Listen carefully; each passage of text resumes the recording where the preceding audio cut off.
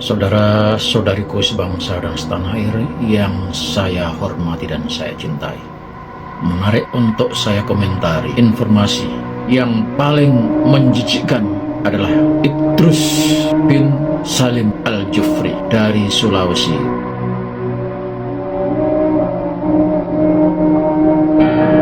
Sungguh luar biasa upaya para imigran Yaman ini untuk melenyapkan sejarah bangsa Indonesia. Mereka mencoba mengaburkan para nenek moyang bangsa dengan disisipkannya orang-orang dari golongan mereka. Apakah kita akan bernasib seperti Malaysia menjadi Malaides? Apakah Indonesia akan mempunyai julukan baru yaitu Indo-Yaman? Sahabat Puja Sumatera, apakah kalian setuju jika nama Bandara Sis Al-Jufri di Palu diganti? Apakah yang terjadi? Sebuah pertanyaan yang sederhana, namun di dalamnya tersembunyi sebuah dilema besar yang berkaitan dengan sejarah, identitas, dan kebanggaan kita sebagai bangsa.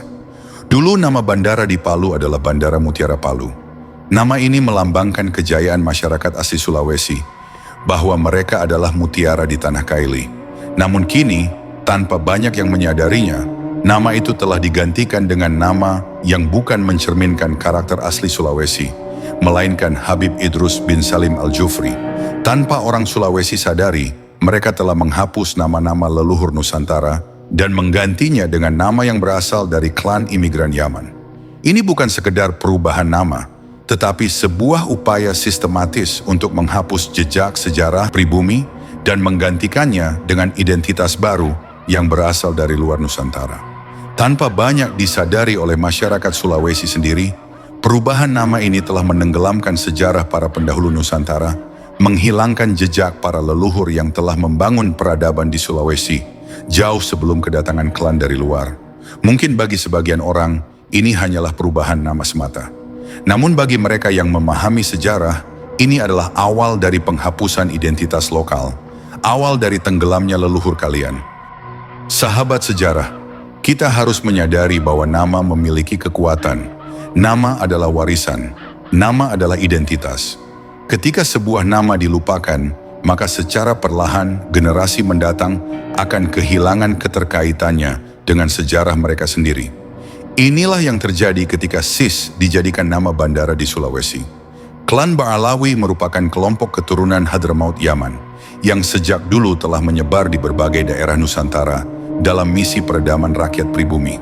Mereka memiliki nama marga khas yang dapat dikenali, diantaranya Al-Jufri, Al-Atos, As-Segaf, bin Yahya, Al-Habshi, Al-Kaf, Al-Qadri, Al-Muhdor, Aidit, Jindan, Smet, dan lainnya.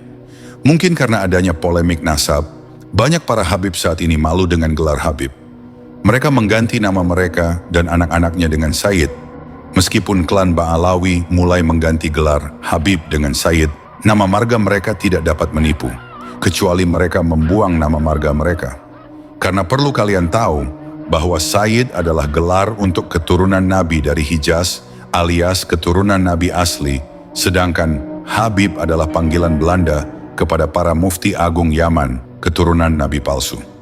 Sayyid Idrus Salim, yang disingkat menjadi SIS, adalah sebuah penyamaran halus yang dalam 100 tahun mendatang mungkin akan menimbulkan pertanyaan. Apa sih kepanjangan SIS itu? Generasi masa depan akan bertanya-tanya dan mencari tahu, hingga akhirnya yang mereka temukan hanyalah nama seseorang Habib yang berasal dari Yaman. Dan pada saat itu, nama-nama leluhur asli Nusantara akan semakin terkubur, semakin dilupakan, semakin hilang dari ingatan. Sahabat Puja Sumatera, apakah kalian tahu bahwa Bung Karno telah memahami sepak terjang klan Ba'alawi ini sejak lama? Dalam bukunya, Di Bawah Bendera Revolusi, Bung Karno menyinggung tentang Hadramautisme, sebuah istilah yang menggambarkan bagaimana pengaruh klan dari Hadramaut mulai meresap ke dalam kehidupan politik dan sosial di Indonesia. Bung Karno sebagai seorang politisi ulung tentu memahami bahwa ada pihak-pihak yang dapat berjalan seiring dengan perjuangan bangsa, namun ada pula yang perlahan mencoba mengubah arah sejarah. Apa yang kita saksikan hari ini bukanlah kejadian yang berdiri sendiri. Memalsukan makam, merubah cerita asli sejarah adalah bagian dari rencana panjang.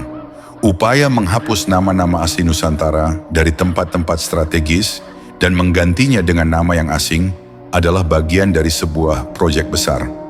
Ini bukan sekadar perubahan nama bandara, tetapi sebuah strategi untuk menggantikan identitas Nusantara dengan identitas yang lain.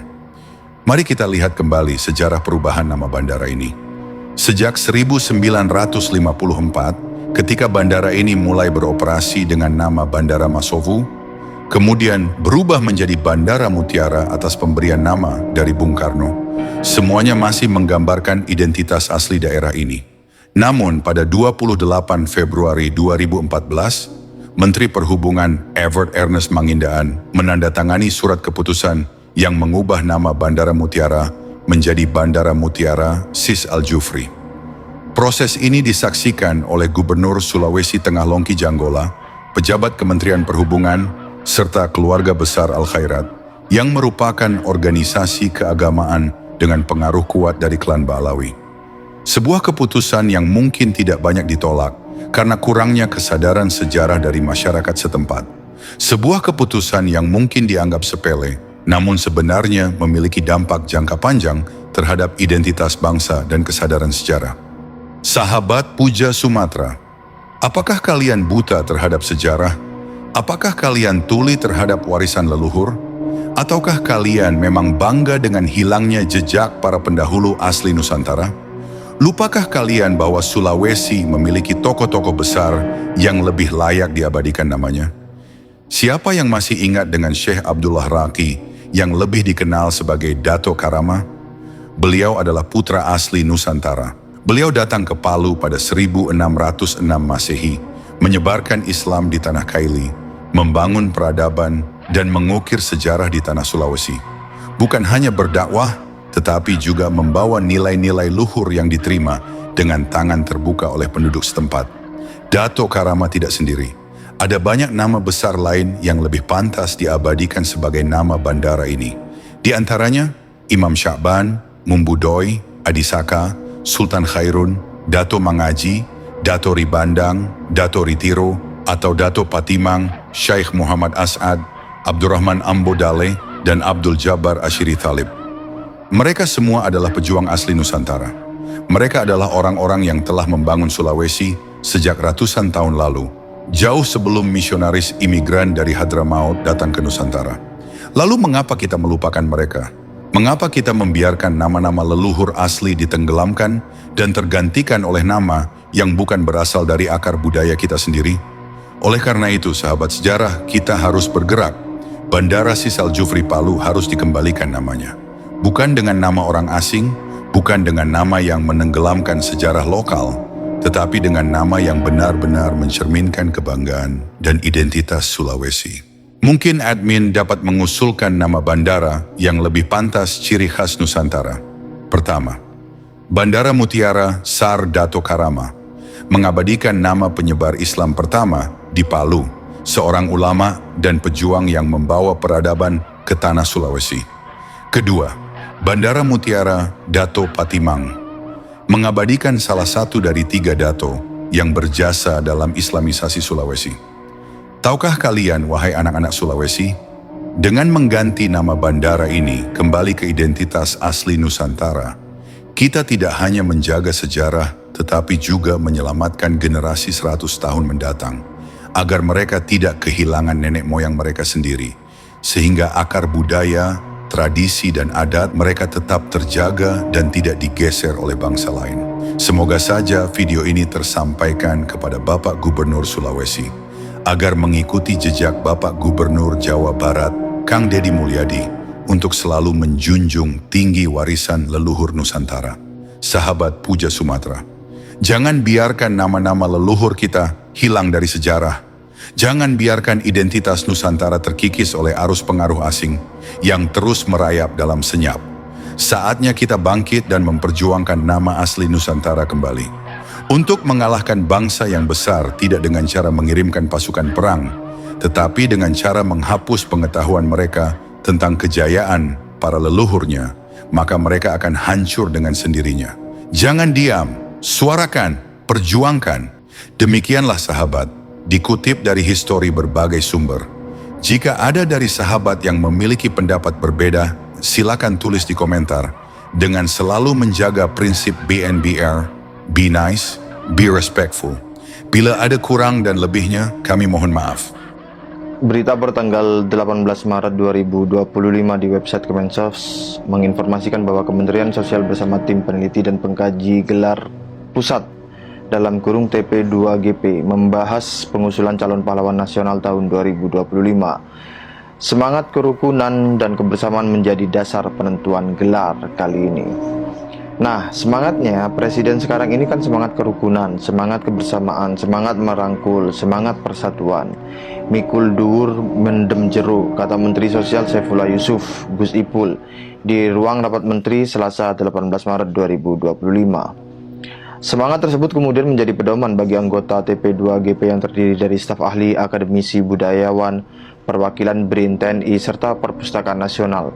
Selain lintas unsur sosial, mekanisme pengusulan pahlawan nasional juga harus melalui tahapan berjenjang dari tingkat daerah hingga ke pemerintah pusat. Ada 10 nama yang diusulkan. Salah satunya adalah Habib Idrus bin Salim Al-Jufri, pendiri Al-Khairat. Usulan anugerah gelar pahlawan nasional yang dinisbatkan kepada Habib Idrus bin Salim Al-Jufri pernah ditolak. Penolakan itu bukan semata-mata karena status kewarganegaraan pendiri perguruan Islam Al-Khairat itu. Namun ada variabel lain yang mengikutinya dan itu tidak didapatkan oleh tim peneliti, pengkaji gelar pusat TP2GP saat meneliti dokumen terkait Habib Idrus bin Salim Al-Jufri tersebut. Variabel yang dimaksudkan adalah dokumen tertulis perjuangan fisik Habib Idrus bin Salim Al-Jufri atau guru tua. Dokumen sangat jarang, bahkan tidak ada sama sekali. Ketiadaan dokumen itulah yang menyulitkan tim pengkaji dapat merekomendasikan guru tua mendapatkan gelar pahlawan nasional. M. Alfian adalah salah seorang pengkaji dokumen gelar pahlawan nasional menyampaikan itu. Dia bilang, berbeda dengan Tombolo Tutu, yang dokumen tertulis tentang perjuangan fisiknya sangat mudah didapatkan di Museum Leiden, Belanda. Sedangkan dokumen tertulis guru tua tidak didapatkan di Museum Leiden.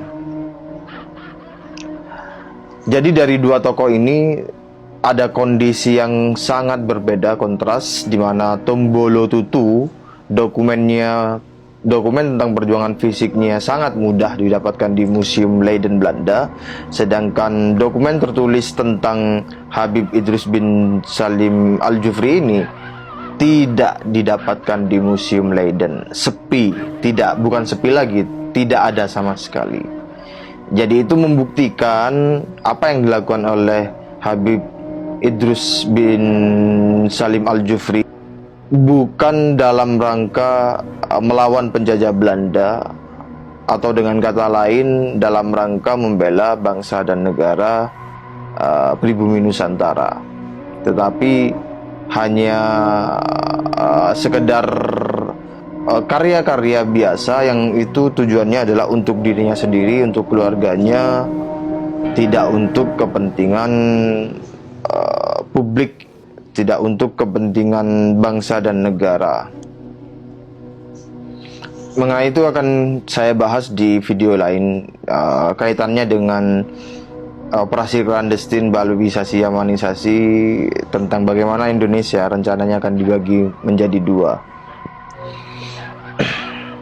Jadi, di tahun-tahun kemarin sudah nyata bahwa tidak ada dokumen tentang perjuangan fisik Habib Sis Al-Jufri melawan penjajah Belanda.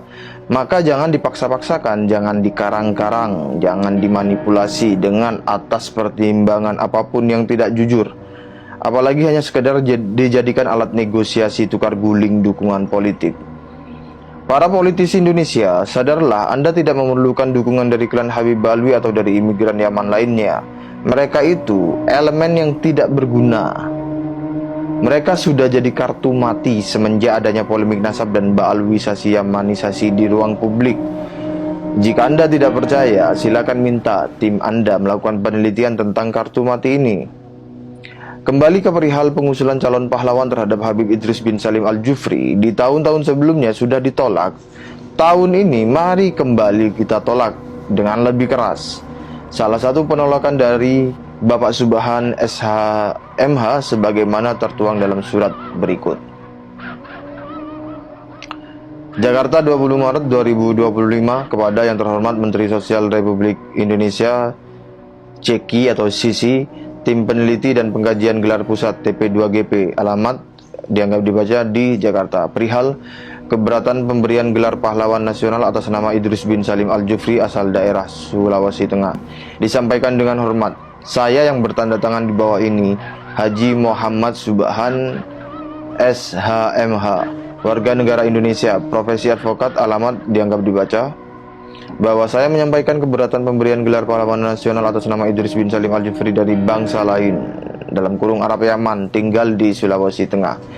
Alasan keberatan: 1. Bahwa Idrus bin Salim Al-Jufri diketahui oleh umum, notoir feiten notorius, orang dari bangsa lain, dalam kurung Arab Yaman, yang tidak memiliki bukti pengesahan sebagai warga negara Indonesia sebagaimana diatur dalam Undang-Undang Dasar 1945 Pasal 26 Ayat 1 dan Undang-Undang Nomor 12 Tahun 2006 tentang kewarganegaraan Pasal 2. 2. Bahwa menurut Undang-Undang Nomor 20 Tahun 2009 tentang gelar, tanda jasa, dan tanda kehormatan Pasal 1 Angka 4 berbunyi, pahlawan nasional adalah gelar yang diberikan kepada warga negara Indonesia atau seseorang yang berjuang melawan penjajahan di wilayah yang sekarang menjadi wilayah Negara Kesatuan Republik Indonesia, yang gugur atau meninggal dunia demi membela bangsa dan negara, atau yang semasa hidupnya melakukan tindakan kepahlawanan atau menghasilkan prestasi dan karya yang luar biasa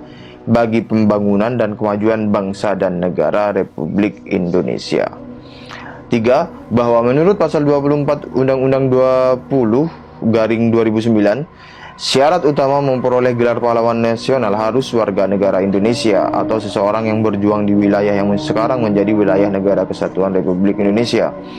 Bahwa terbukti Idrus bin Salim Al-Jufri tidak memenuhi syarat konstitutif, yuridis, dan sosiologis mendapatkan gelar pahlawan nasional karena tidak mengakui kemerdekaan negara Republik Indonesia. Buktinya, yang bersangkutan berasal dari bangsa lain. Sampai meninggal dunia, dalam kurung 15 Maret 1892 sampai 22 Desember 1969, tidak memiliki bukti pengesahan sebagai warga negara Indonesia. Menurut profilnya, Idrus bin Salim Al-Jufri merupakan tokoh dari Sadah Balwi Yaman yang tinggal di Provinsi Sulawesi Tengah, bergerak dalam bidang pendidikan agama Islam, dan tidak ada rekam jejaknya yang bersangkutan berjuang membela bangsa dan negara Indonesia sebagaimana yang dimaksud undang-undang. Demikian keberatan ini disampaikan agar negara Republik Indonesia tidak memberikan gelar pahlawan kepada orang dari bangsa lain yang tidak memiliki bukti pengesahan sebagai warga negara Indonesia. Atas perhatiannya diucapkan terima kasih. Yang menyampaikan keberatan, HM Subhan SHMH. Demikian surat dari Bapak Subhan. Teman-teman yang lain monggo dipersilakan membacakan ini di akun YouTube masing-masing atau mempostingnya di media sosial masing-masing.